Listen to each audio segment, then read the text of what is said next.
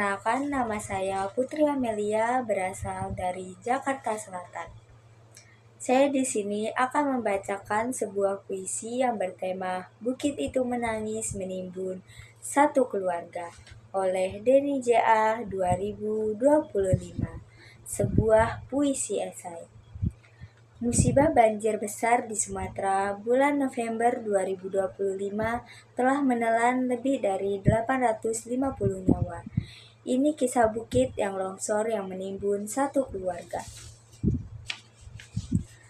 Aku adalah bukit yang sangat tua, jauh lebih tua dari riwayat semua keluarga yang pernah berteduh di bawah kakiku.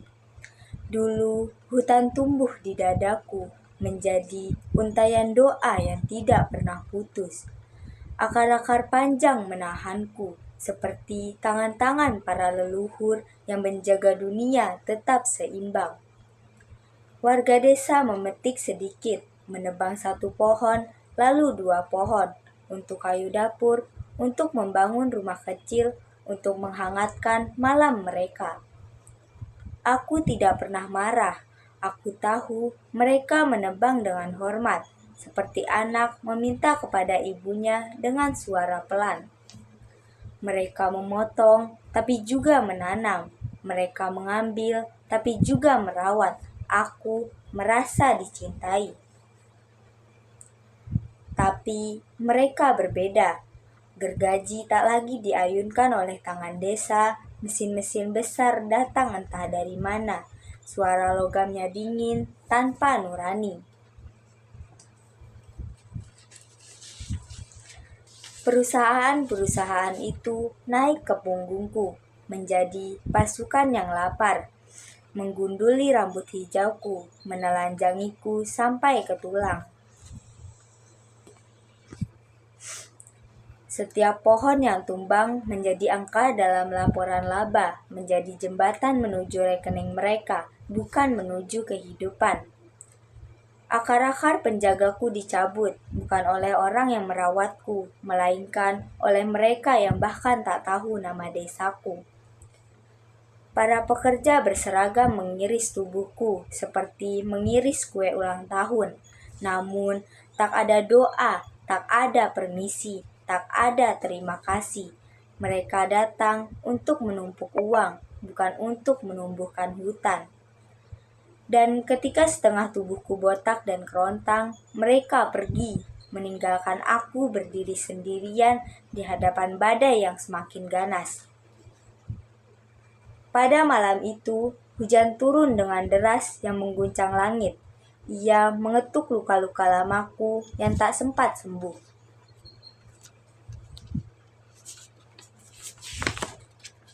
Tanahku bergerak pelan. Aku sudah ringkih, seperti orang tua yang tak lagi pasti mana kaki yang masih kuat untuk berdiri. Aku mencari akar-akar yang dulu memelukku. Tak ada. Aku mencari pohon-pohon yang dulu menahan bahuku.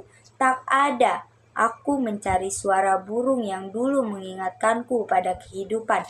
Tak ada. Yang tersisa hanya ruang kosong luka industri yang baunya membuat bumi sendiri gamang. Tubuhku pun menyerah, patah, runtuh, pecah.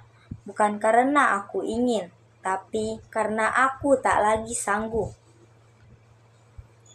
Di bawah tubuhku, sebuah mobil putih kecil berhenti hanya untuk istirahat. Di dalamnya ada keluarga sedang menutup hari panjang dengan tawa kecil yang lembut. Gadis itu sempat memungut daun berbentuk hati dari pohon terakhir yang masih tersisa.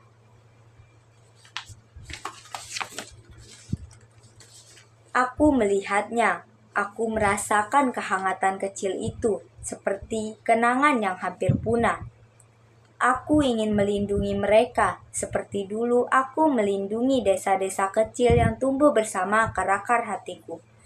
Tapi ketika tubuhku mulai bergeser, aku tak lagi punya penyangga. Tanah kehilangan kesabarannya, gravitasi menarik air mataku.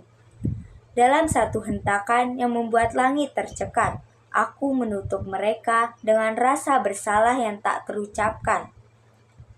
6 nama kembali ke sunyi, dan aku, bukit tua yang dahulu ramah, menjadi kuburan tanpa sengaja. Ketika aku runtuh, kampung-kampung kecil ikut hancur. Sungai meluap, membawa amarah yang lama disembunyikan. Jembatan patah karena janji yang tak pernah ditepati. Rumah-rumah terbalik menjadi hidup yang dikocok oleh tangan raksasa. Orang-orang berkata, hujan terlalu deras, tanah tak kuat. Ini musibah. Tidak, ini bukan musibah. Ini cermin raksasa. Bukan hanya hujan yang turun malam itu, tetapi kontrak-kontrak bisnis yang dulu ditandatangani tergesa. Jatuh satu persatu dari langit sebagai batu dan batang mati. Di balik setiap meter tanah yang melorot, ada tanda tangan yang menjelma longsor, ada stempel yang berubah menjadi arus banjir, menelan nama-nama di kartu keluarga. Kini aku terbaring, separuh hilang, separuh menjadi kubur. Namun yang paling hilang bukan lahanku, melainkan keyakinanku bahwa manusia masih mampu membedakan kebutuhan dari keserakahan. Warga desa menebangku dengan cinta, dengan hormat, dengan seimbang. Aku sanggup sembuh, tapi perusahaan menebangku dengan ambisi, dengan ketamakan, dengan gelap mata. Aku tidak pernah bisa pulih.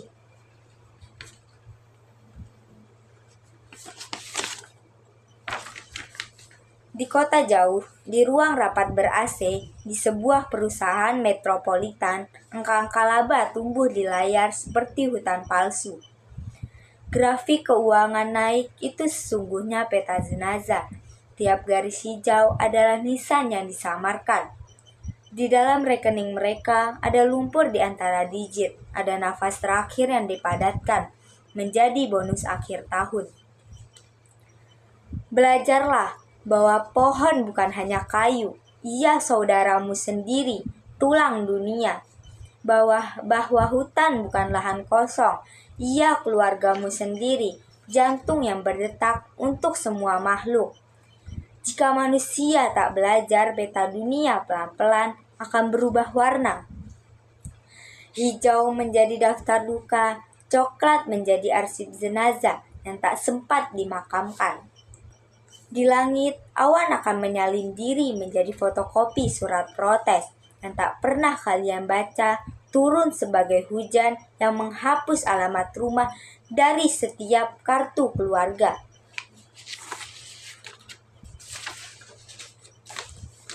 Dan bumi yang selama ini diam akan semakin marah karena ia ibu kandung yang kalian hianati. Paris, 6 Desember 2025.